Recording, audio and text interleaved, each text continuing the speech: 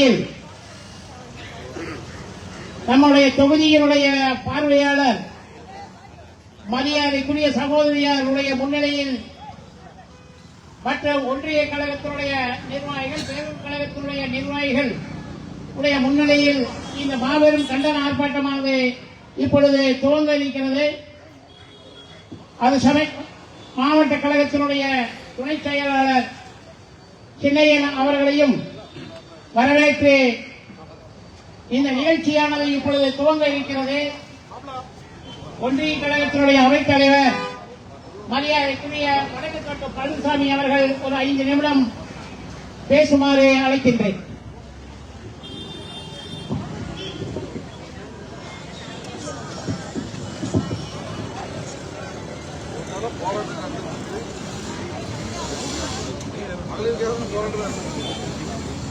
பேரன்பு கொண்ட திராவிட முன்னேற்ற கழக தோழர்களே, நமது திராவிட முன்னேற்ற கழக அரசை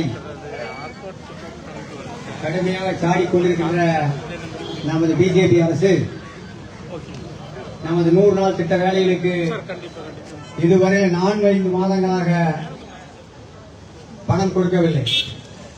ஆக ஆர்ப்பாட்டத்தை தமிழகம் எங்கும் நமது டாக்டர் கலைஞர் அவர்களின் வழிவந்த தலைவர் மு.க. ஸ்டாலின் அவர்கள் தலைமையிலும் உதயநிதி ஸ்டாலின் அவர்கள் தலைமையிலும் தமிழகம் எங்கும் இந்த ஆர்ப்பாட்டம் நடந்து கொண்டிருக்கிறது. இந்த ஆர்ப்பாட்டத்துக்கு ஈரோடு மாவட்ட நமது பொறுப்பாளர் அம்மையார் அவர்கள் வந்துள்ளார்கள். இந்த கூட்டத்துக்கு ஒன்றிய செயலாளர் அவர்கள் தலைமையில் நடந்து கொண்டிருக்கிறது. கடந்த 4.5 மாதங்களாக மகாத்மா தேசிய ஊரக வேலை உறுதி திட்டத்தில் நிதி ரூபாய் 4034 கோடியை தமிழ்நாட்டுக்கு வழங்காமல் தமிழ்நாட்டை தொடர்ந்து வஞ்சித்து வரும் ஒன்றிய பாஜக அரசை கண்டித்து மாண்புமிகு கழக தலைவர் அவர்களின் அறிவுரை கிணங்க திமுகவின் சார்பில் 29/3/2025 சனிக்கிழமை அன்று காலை அனைத்து கழக ஒன்றியங்களிலும் தலா 2 அனுமதிக்கப்பட்ட இடங்களில் 100 நாள் வேலை வாய்ப்பால் பயன்பெறுவோரை திரட்டி நடைபெறும் மாபெரும் கண்டன ஆர்ப்பாட்டத்தை எழுப்புவதற்கான முழக்கங்கள். இந்த ஆர்ப்பாட்டத்தில் கலந்து கொண்ட கழக முன்னோடிகள், கழக தலைவர்கள் அனைவருக்கும் முன்னாள் பொறுப்பாளர்கள், இந்நாள் பொறுப்பாளர்கள், வருங்கால பொறுப்பாளர்கள், மகளிரணி அனைத்திற்கும் திராவிட முன்னேற்ற கழக ஈரோடு ஒன்றியத்தின் சார்பாக நன்றியை தெரிவித்துக் கொள்கிறேன்.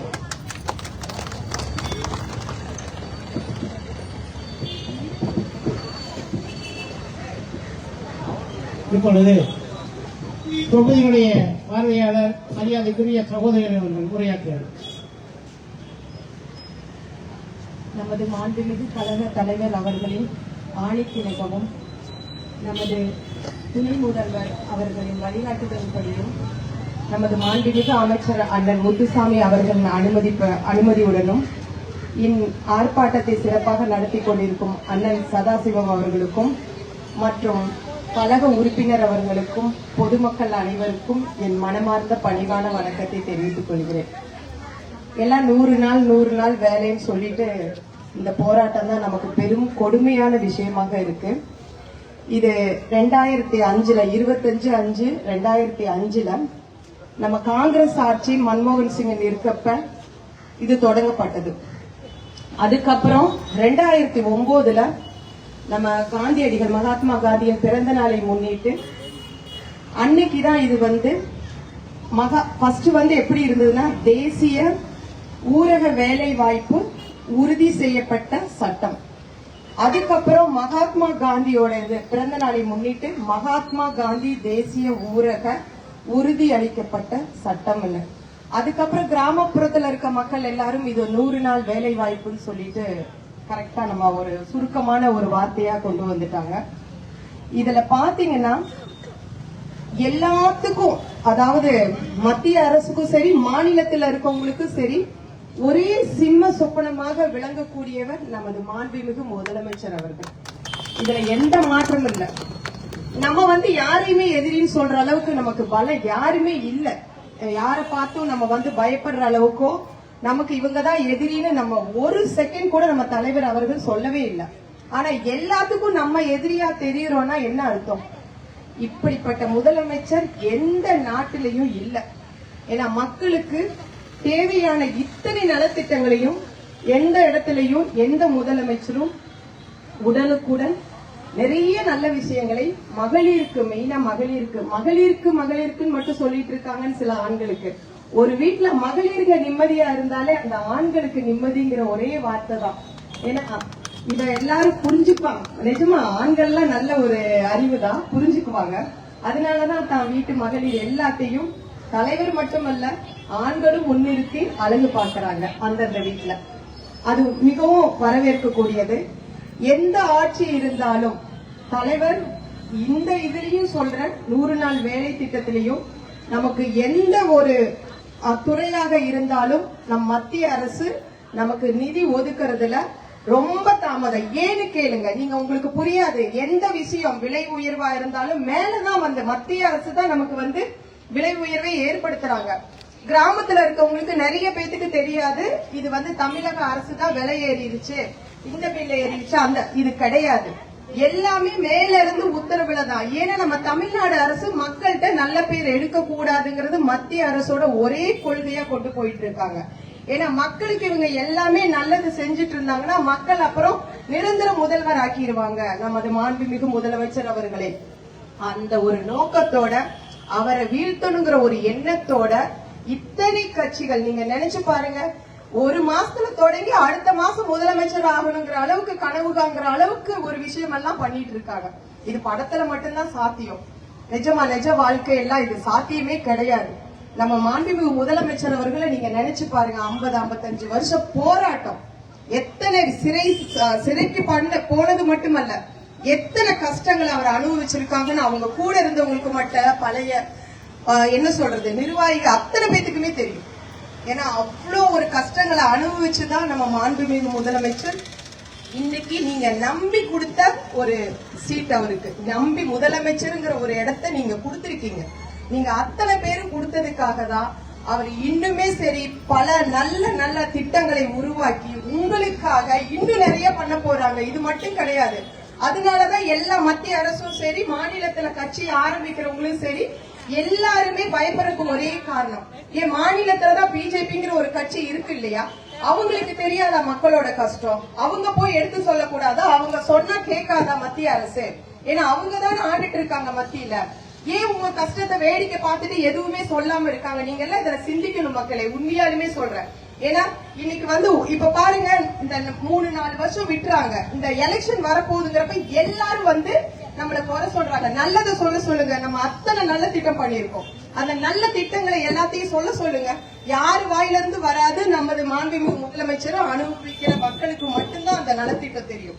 ஏன்னா எதை பத்தி அவங்க சொல்ல மாட்டாங்க. ஆனா எங்க என்ன குறை இருக்குங்கிறத மட்டுமே ஆணித்தரமா வேடிக்கை பார்த்துட்டு நம்மள குறை சொல்லி மக்களை டைவர்ட் பண்றதுக்குதான். உங்களை தமிழக முதல்வர் மேல நீங்க வச்சிருக்க நம்பிக்கையை உடைக்கிறதுக்காக தான் அவங்க இத்தனை வேலை பண்றாங்க.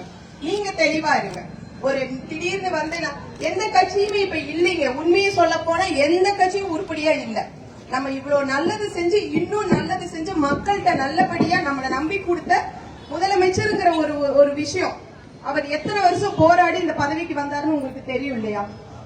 அப்ப இந்த போராட்டத்துக்கு உண்டான இது அவர் எவ்வளவு ஒரு சந்தோஷப்பட்டு நம்மளை நம்பி கொடுத்த மக்களுக்கு இன்னும் எவ்வளவு நல்ல விஷயங்களை செய்யணும்னு ஒவ்வொரு இதா அவர் பண்ணிட்டு இருக்காரு.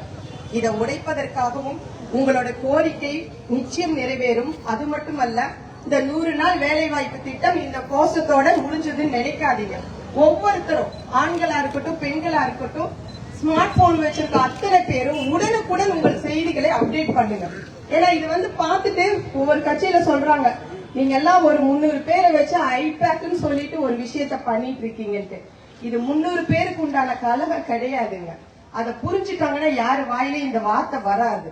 இது என்ன சொல்றது, கடைக்கோடி தொண்டன்ல இருந்து வீட்டுல உட்காந்து வேடிக்கை பார்க்கிற அத்தனை பேர்த்தோட மனசும் திராவிட முன்னேற்ற கழகத்துக்காக நிச்சயம் பாடுபடும்.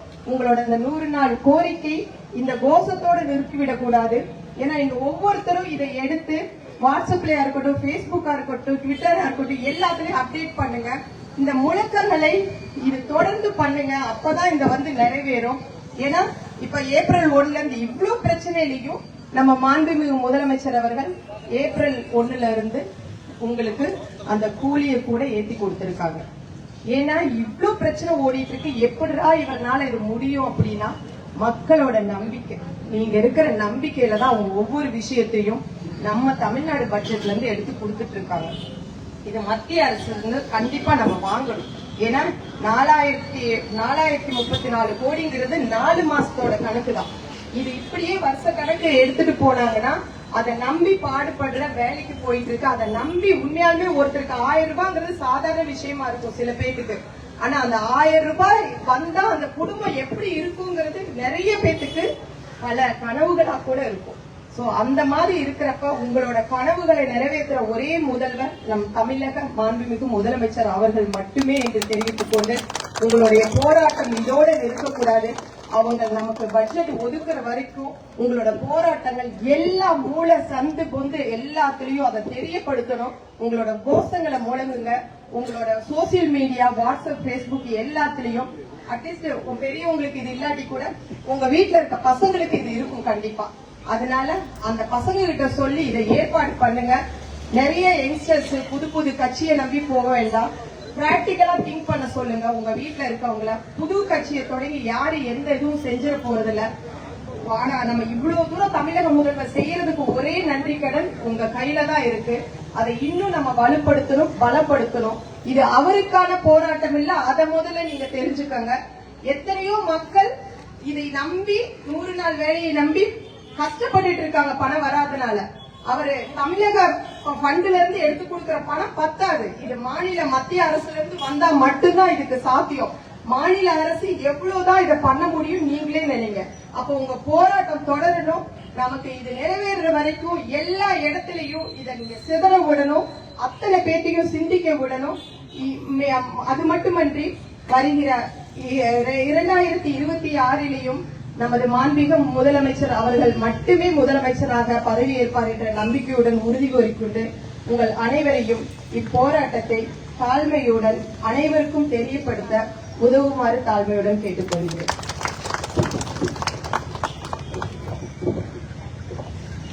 நூறு நாள் வேலை பணியாளர்களுக்கு ஊதியம் வழங்காத மோடி அரசை கண்டித்து இன்று உங்களுக்காக நமது கழக தலைவர் அவர்கள் தங்களுடைய குரலை, கண்டன குரலை எழுப்பியுள்ளார்கள். இந்த நமது மேட்டுராசம் இடமொழி ஊராட்சியிலே இருந்து 100 நாட்கள் பணியாளர்கள் நிறைய பேர் இருக்கிறீர்கள். ஆனால் கம்மியாக தான் இங்கே வந்திருக்கீங்க. எல்லாத்தையுமே டெவலப் பண்ணலாம். ஒருவேளை சம்பளம் வரலன்னா பரவாயில்லன்னு நினைக்கிறீங்க போறாரு. இல்லை நிறைய பணம் வச்சிருக்கலான்னு தெரியல. பாரு பேரோட கமிட்டிலாம் கூட நிறைய வந்திருக்காங்க. இல்லை நீங்கள் நிறைய, ஏன்னா உங்களுக்காக தான் இந்த போராட்டமே. ஏன்னா பொதுமக்களுக்கு சரி பொதுவான போராட்டத்தை நாங்கள் திராவிட முன்னேற்ற அரசு மத்திய அரசை எடுத்து நிறைய செஞ்சுட்டு இருக்காங்க. பொதுமக்களுக்காக, அதுவும் பெண்களுக்காக அதிகமான திட்டங்களை தலைவர் செஞ்சுட்டு இருக்காரு. எங்களுக்கே கூட சில நாள் வருத்தமா இருக்கும். எங்களுக்கெல்லாம் ஒண்ணும் இல்லையாங்கிற மாதிரி கேட்பாங்க. நீங்களாம் வந்து கஷ்டப்பட்டு உழைச்சி அவங்களை காப்பாத்துறீங்கப்பா, அதனால தெரியும், உங்களுக்கு தெரியாது. அதனால அவங்களுக்கு அந்த தொகையை தலைவர் கொடுக்குறாரு. அதனாலதான் அவங்க இப்ப நம்ம நோக்கி திராவிட முன்னேற்ற கழகத்தை நோக்கி அரவணைத்து வந்து கொண்டிருக்கிறார்கள் சொல்வார்கள். ஆகவே நீங்கள் எல்லோரும் இதற்கு கண்டன குரலை எழுப்ப வேண்டும். ஆகவே இந்த நிகழ்வுகளை கலந்து கொண்ட மாநில, மாவட்ட, ஒன்றிய கழக நிர்வாகிகள் அனைவருக்கும் பணிவான நன்றிகள், வணக்கத்தையும் தெரிவித்துக் கொள்கிறேன். இங்கே தலைவரின் குரலாக இங்கே வந்து நம்ம சிறப்பு சேர்த்து தங்களுடைய கருத்தை பதிவிப்பது நம்முடைய தொகுதியினுடைய பொறுப்பாளர் திருமதி மீனா ஜெயக்குமார் அவர்கள் இங்கே பதிவு செய்திருக்கிறார்கள். அதே போல நமது மாவட்ட கழகத்தினுடைய துணை செயலாளர் செல்லையன், மாவட்ட கழகத்தினுடைய பொதுக்குழு உறுப்பினர் மகாலிங்கம், பகுதி கழகத்தினுடைய செயலாளர் குமார வடிவேல் ஆகியோர் இங்கே வந்திருக்கிறார்கள். அவர்களுக்கு நன்றியை தெரிவித்துக் கொள்கிறோம். இப்ப நம்முடைய சித்தோடு பேரூர் கழகத்தினுடைய செயலாளர் கோஷம் எழுப்புவார்கள். அந்த கோஷத்தை திரும்ப நீங்கள் சொல்லுமாறு கேட்டுக்கொள்கிறேன். கண்டன கூட்டத்தினுடைய முழக்கம் ஆரம்பமாகிறது. நீங்கள் அத்தனை பேரும் திருப்பி மோடியினுடைய காதுக்கு எட்டுகிற வகையில் உங்களுடைய சத்தம் வர வேண்டும் என்று கேட்டுக்கொண்டு, எவ்வளவு சத்தம் போட்டாலும் மோடியினுடைய காதுக்கு தமிழ்நாட்டை பொறுத்தவரை எட்டாது என்பது ஒரு வகையில் நியாயம். ஆனால் அவருடைய செவிகள் கிழிகிற வகையில் இந்த முழக்கம் இருக்க வேண்டும். அன்போடு கேட்டு முழக்கத்தை தொடர்கின்றேன். வஞ்சிக்காதே, வஞ்சிக்காதே, வஞ்சிக்காதே, வஞ்சிக்காதே, வஞ்சிக்காதே, வஞ்சிக்காதே, வஞ்சிக்காதே, வஞ்சிக்காதே, தமிழ்நாட்டை வஞ்சிக்காதே, தமிழ்நாட்டை வஞ்சிக்காதே தமிழ்நாட்டை வஞ்சிக்காதே அடிக்காதே அடிக்காதே அடிக்காதே அடிக்காதே அடிக்காதே அடிக்காதே அடிக்காதே ஏழைகள் வயிற்றில் அடிக்காதே ஏழைகள் வயிற்றில் அடிக்காதே ஏழைகள் வயிற்றில் அடிக்காதே ஏழைகள் வயிற்றில் அடிக்காதே ஏழைகள் வயிற்றில் அடிக்காதே சம்பள காசை திருடாதே சம்பள காசை திருடாதே சம்பள காசை திருடாதே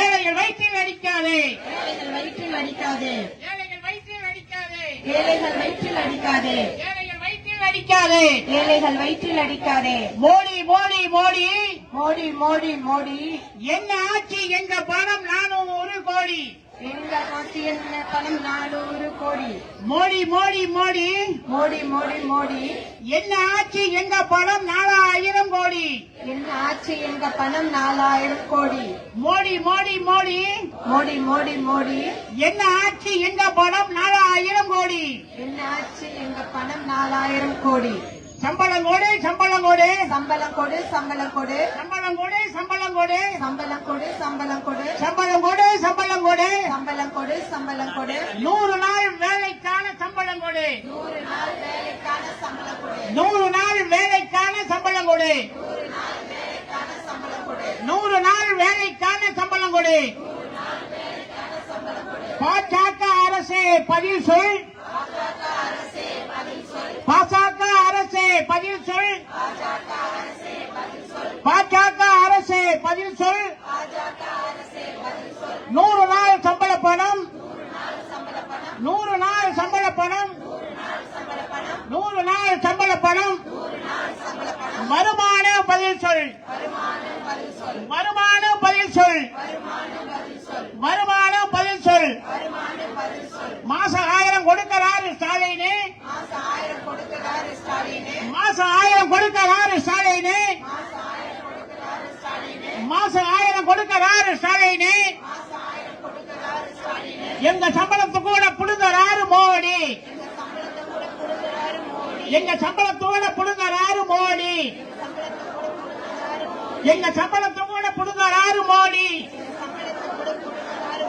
உழைக்கும் மக்களை சொல்லாதே உழைக்கும் மக்களை சொல்லாதே உழைக்கும் மக்களை சொல்லாதே எங்கள் பணத்தை நிறுத்தாதே